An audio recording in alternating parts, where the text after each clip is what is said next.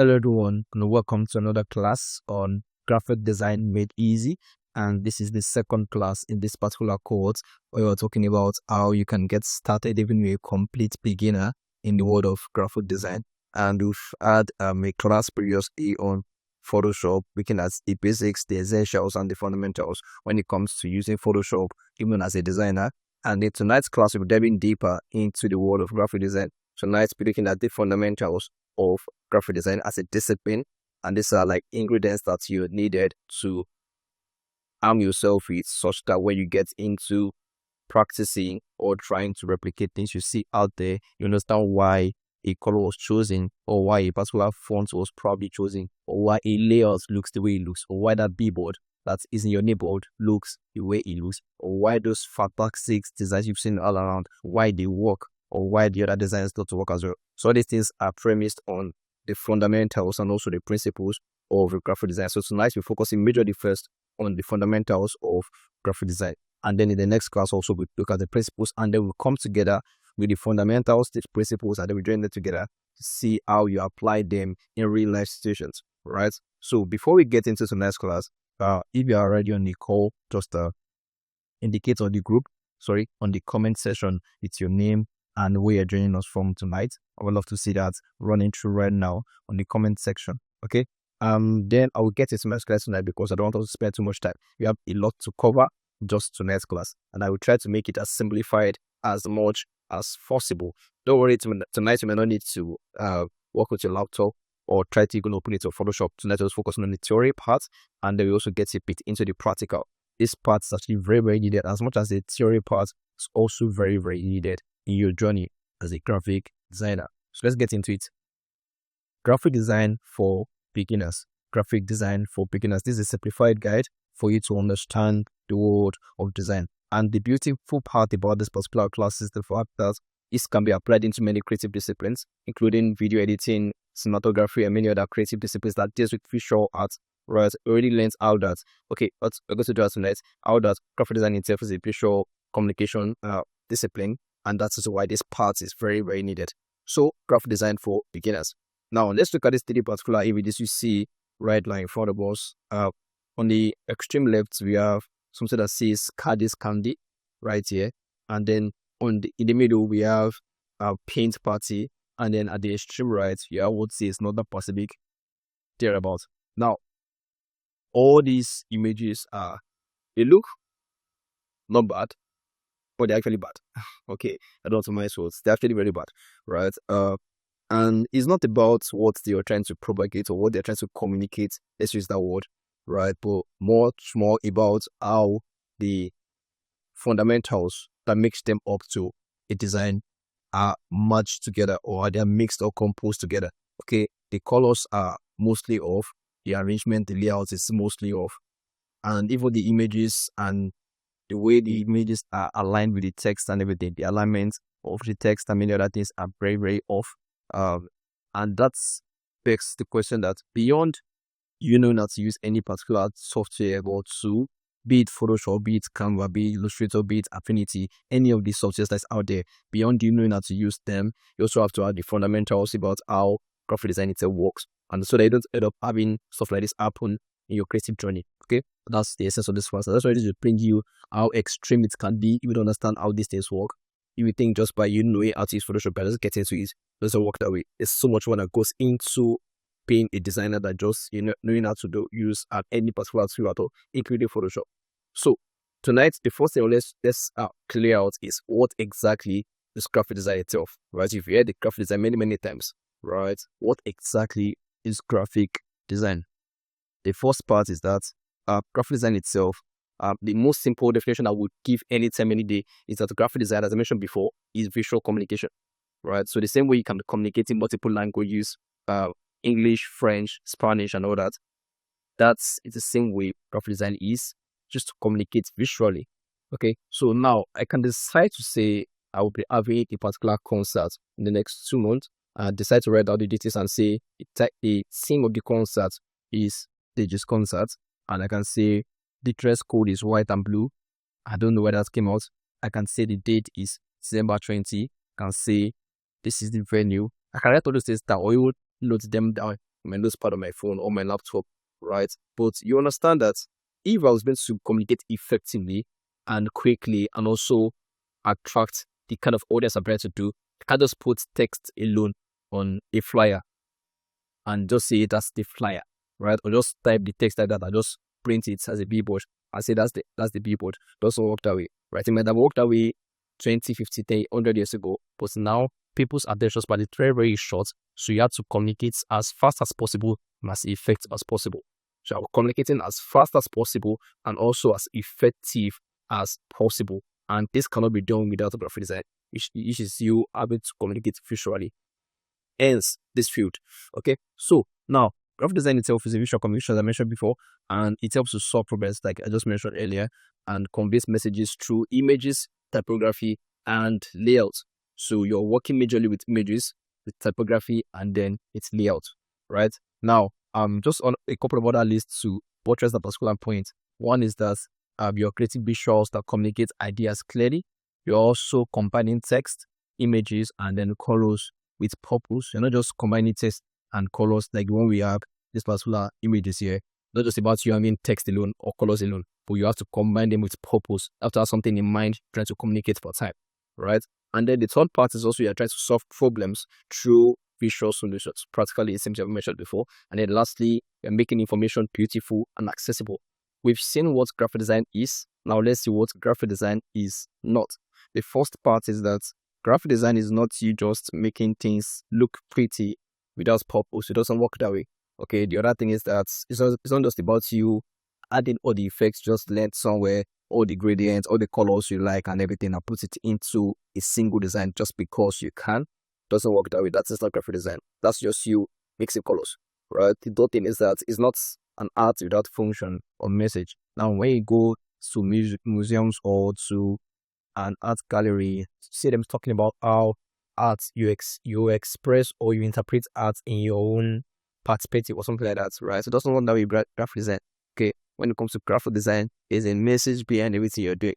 For art, you can get away with most anything. But for design, it has to be specific. That's even if you have something being done here and it's being used across the entire world or in another continent, the same message is trying to communicate is being interpreted there. For example, the most simple thing I can easily point out right now are toilet signs that indicates baby gender or what you can do there, that kind of thing. The images for the icons being used are applicable across multiple countries, and that's designed for you. For art, it will be like subjective, so to say, but for design, it has to be interpreted across multiple fronts. Okay, that's the difference between design and many other forms of art. The other thing is that you're not just using every color and font or effect available. Like we have in this particular design whereby you have multiple effects being splashed across, right? And more like they're just trying to explore and have something going on. And the color contrast is off. Many things are just off. That's not what graphic design is all about. You have to be very, very restrictive to what you do and how you interpret whatever you're trying to bring out in every single instance when you're engaging design elements or design artifacts. The other thing is about you just copy designs blindly. Now, why I definitely encourage you to replicate things you see out there, especially when you're just starting out. And even if you're just started out already, there are things that you see out there that will actually inspire you, even as an expert. While you are welcome to replicate or try to use those things as inspiration, don't want to copy blindly without understanding why those things actually work. Is the part of you just trying to replicate to familiarize yourself with it may be like a software you're trying to use to see how they used that particular software to get that particular effect. There's one part when it comes to that. But when it comes to design itself, understanding how it works is very, very important beyond just jumping into Photoshop and trying to replicate what you saw somewhere. Okay? Now remember very keenly that design, or let me say both design, is not just about how nice it looks, but also by the purpose. So it's both beauty and purpose. Alright? Good. Now, let's get into the fundamentals of graphic design. The first part of this class, talking about design itself, is fundamentals and the principles. So we focus majorly on fundamentals today, and then in the next class we look at the principles and then merge them together and see how they are applied in real life. But tonight, we're looking at fundamentals majorly. Now, if there are a couple of fundamentals here, as you can see, but majorly the concept of fundamentals is that they are the basic building blocks of every design. So every design you see out there, they have these fundamentals, at least a couple of them lined up in them. Without these fundamentals, you cannot have any sort of design. Okay, and there we have about 5 of them right now. And also I have to mention that sometimes you might see some people will list 6 or 7 fundamentals. It's not as important as you just understand what exactly you need part time. So I just have 5 listed out right now. So you have line as one of the fundamentals, you have shape, you have color, you have texture, and you have space as the fundamentals of design.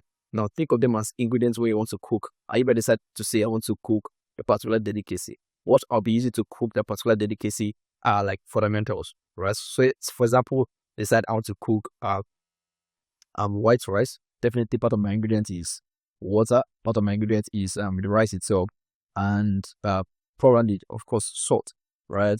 So if you can just spice their own up with maybe carrots or something like that. My point is that those things I have listed out are the ingredients that make the food entirely or eventually. So in a similar manner, your similar fashion, you have things that are being put into every sort of design out there and are the fundamentals. Is that clear? Good. Now, if you are still with me, let me know in your comment section so I can be sure I'm not talking to myself. Now, the first part, let's begin from the first fundamental we have on our screen right now. The fundamental one is line. Okay, line. Without any explanation, you know what line is, or if only you use line on the other. Even as Papa as preschool, many of us were taught to write from the beginning. So it were taught how to write numbers, how to write letters, and some of us probably use what is called a writing book, whereby you write along a line, that kind of thing. So in similar manner, lines. So lines connect points, they create shapes, and they guide your eye through a design. Okay, and line can be explored in many forms. And you have wavy lines, you have curvy lines, you have straight lines, all those kind of lines. The point is for you to understand the concepts. It's not for you to cram it. It's not a school where you have to cram everything. That's not how it works. Just for you to have the mental picture of what these things are, so that when you see a design, you can begin to interpret the manner of what you are being read. So you know that lines are being explored when it comes to designs. That's the whole essence of what I'm trying to say. I'm not saying you cram them. Good. Now think of many lines when you look at some stuff like astrological fabric, right? On many patterns, of course, you all before you've seen out there, right? You see many lines across most of the schools. I'll show you a picture right now. Look at particular clothes that is on this baby right now. You can see the lines across the clothes, right? They form their own space, right? And these are just a very nice outfit. We can see the lines just for you. I just use this to illustrate how that you can see lines even in everyday thing. And this particular concept can even be applied in design itself, right? And that's what I want to just show you. And also you can see also on the left here, you see straight lines forming a sort of perspective, and then on the right hand side you see wavy lines from like sort of like a design. So these are how lines can be used in many multiple forms. And as a footnote, I added that you can use lines to separate contents, or to create borders, or to point to important information, or add decorative elements, right? These are some of the ways that you can use lines in your design. So that said, let's move to the next fundamental, which is shape, right? The next fundamental, which is shape. Shapes are enclosed areas created by lines, by colors, or by textures. Now, shapes can be done in many ways. And of course, from elementary knowledge, also understand what shapes are. You have rectangle, square, triangle, polygons, and many other forms of shapes, right? And these forms can be defined by lines. I say they have borders around them all, or maybe outline, as it might be called in, or stroke used sometimes, as it might be called in multiple design tools, right? Or can be defined by colors or even textures. What I'm saying is that, for example, now, as you're looking at the square right now, what you're seeing is the square, and that's where the shape itself. And this the border, and this is part of your phone or your laptop, or your phone you're using to stream this particular class right now. So these are shapes, can perceive shapes in many multiple forms. And you see that most of the devices you have out there are usually in the rectangle form, right? So that's like one kind of shape for you to perceive many forms of visuals. Now, examples just for context of this class is have the round shape of a football, or the rectangle shape of your iPhone 16, or even the triangular pattern in some clothes, right? The point is that for you to understand that shapes can be used to communicate many things that are different. For example, circles are related to stuff that are friendly. So if you see circles, you see that it's been associated with something that's friendly, right? Same way, if you have a community, you see them say, you must have heard about the term round table, right? And that's a circular shape, just for you to have the community, okay, or like unity, same day, right? And then squares are more stable, right? If I decide to build a box, of course that's the shape of the square, right? It's more stable than if I make a ball. I can put the ball and begin to roll off. If I build a box to stay, very still. So similar fashion, squares are perceived as being stable, as being trustworthy, and as being formal. Okay, and that's why you see many corporate organizations edging towards sharper edges or square or stuff like this, with like more sharp compared to much more rounded or curved edges of many shapes. I don't want to get ahead of myself, but just try to just begin to picture how this is being used across multiple brands and businesses you've seen out there or you might see out there. And then lastly, we have triangles, which are dynamic, energetic, and directional. As I mentioned before, it's not exactly about you cramming any of these shapes, just for you to begin to perceive them or you see them right now. There's something about the design knowledge or creative knowledge whereby the more you are exposed to designs or creative input or output of other people, begin to see more things and beyond what you have deemed as normal. Don't worry, because that's where you get it. Now, for example, as you mentioned before, we have the iPhone 16, like I mentioned, as a rectangular shape. Have a football that also looks circular, same way. Just you perceiving shapes much more than ever before, right? Good. Now, the next fundamental we're looking at tonight is the color, right? Everybody knows what colors are: yellow, blue, red, green, whatever they are, right? But majorly colors, when it comes to the creative world, creates moods, attracts attention, and also can communicate meaning, right? You see many birds out there, many flowers, many butterflies out there, and many other colorful elements in the nature. See how colors blend with each other. And one of the biggest mistake you can never make when it comes to color is when you use the inputs of nature. You see how nature itself combines colors, and you copy that. You can never go wrong with that. Okay, right? So you learn from nature, observe butterflies, observe birds, colorful birds, observe even the weather, and like usually maybe like you have a very nice sunset view that would show you how gradients can mix with everything. My point is that as much as you're trying to use other people as inspiration, nature itself provides us many nuances when it comes to getting things right, especially when it comes to colors or things that pertain to nature. Right? Good. And these are just images to illustrate what I'm trying to talk about. You see this particular parrot, the way colors blend with it. If you apply this to a design, you'll be shocked at how accurate your color combinations and color harmony will look like just by you appropriating what these color combinations look like right now. And also for the butterflies and the margin of colors with the flowers and then the background even, right? See how the colors are. Applying that to your design would make a huge difference in how things pan out for you as a creative. Okay. And then also the fourth fundamental tonight is texture. Okay, texture is the surface quality. Now, if you decide to run your hand across the ground, of course it will be rough. Okay, and if you decide to run your hand across a very smooth office table, of course it will be smooth, right? Same thing, right? You can also be able to interpret that or depict that with your design. Or you can show the texture of something, right? For example, you can decide to want to use the surface texture of a wall you design, or of a table, or of a football, or of a chair, or of anything, so to say, just for you to communicate that. That's what texture is all about, and that's a fundamental when it comes to the world of design, right? So in design, we create visual texture to add depth and to add interest as well, right? So texture is also add richness and even make flat designs feel more real and engaging. And yeah, I have a couple of images just to illustrate what texture can look like when it comes to design. Right, so you have a word texture, you have a paper, rumpled paper texture, you have a silk texture. And even as you look at this particular images, you can begin to imagine what it feel like if you were to touch it. And that's how powerful it is when it comes to visual communication, right? It's a very powerful element, or let me say fundamentals when it comes to you engage in the world of design, even as a creative. Okay, so pay attention to these elements. So the fourth one, as I mentioned earlier, is texture.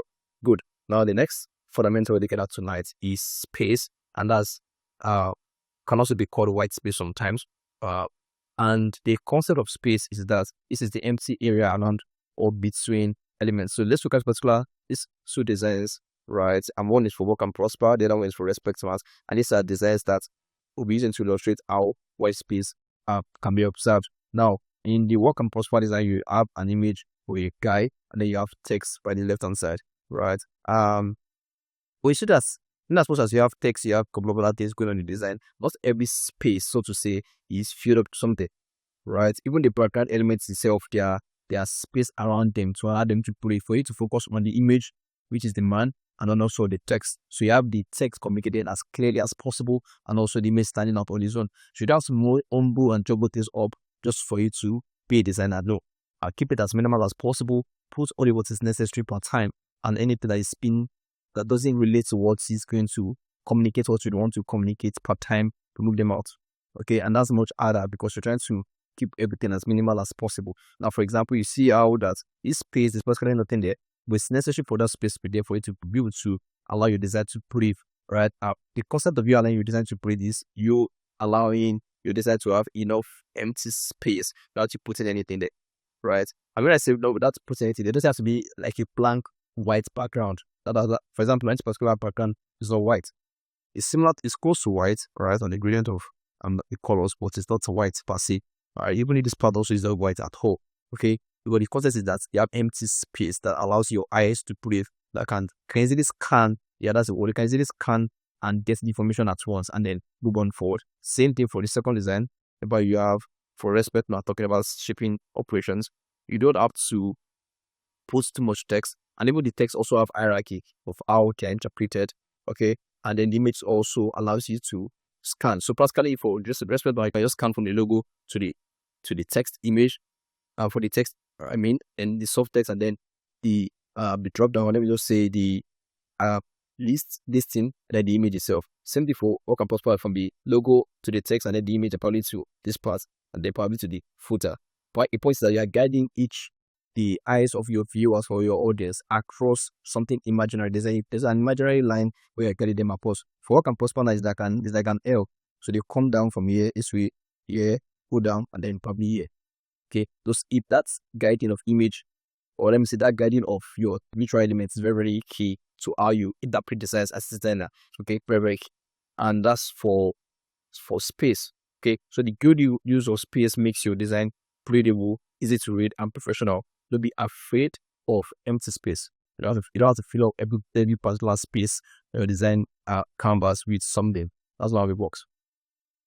Then the next element, or let me say fundamental, we're looking at tonight, is typography. So typography is the art of you arranging text to make it readable and appealing. Now we've explored most of this thing in Photoshop, but now you're getting into the concept of why they are being used or how they should be used. That's the whole essence of this particular class.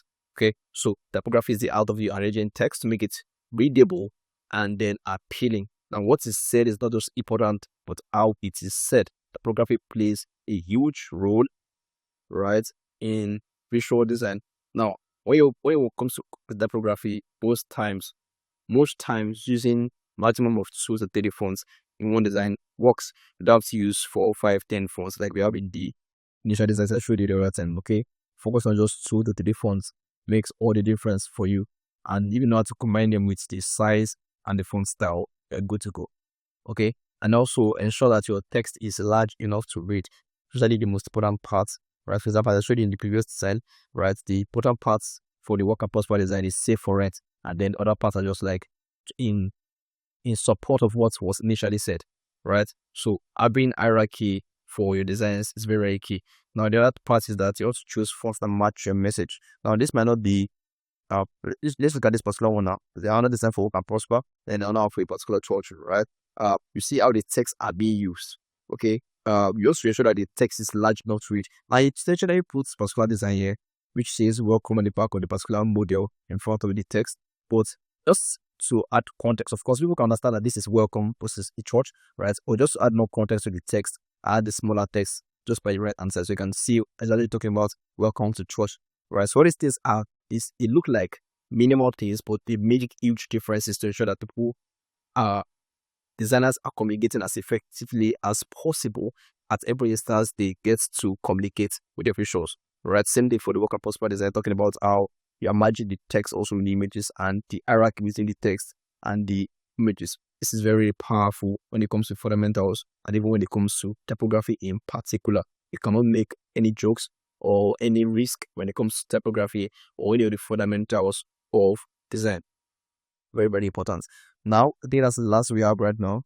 That's enough said on fundamentals. Now, let's look a bit into the applications of these fundamentals in the real life, or let's say the real world. How do you apply these fundamentals to your designs or your creative outputs?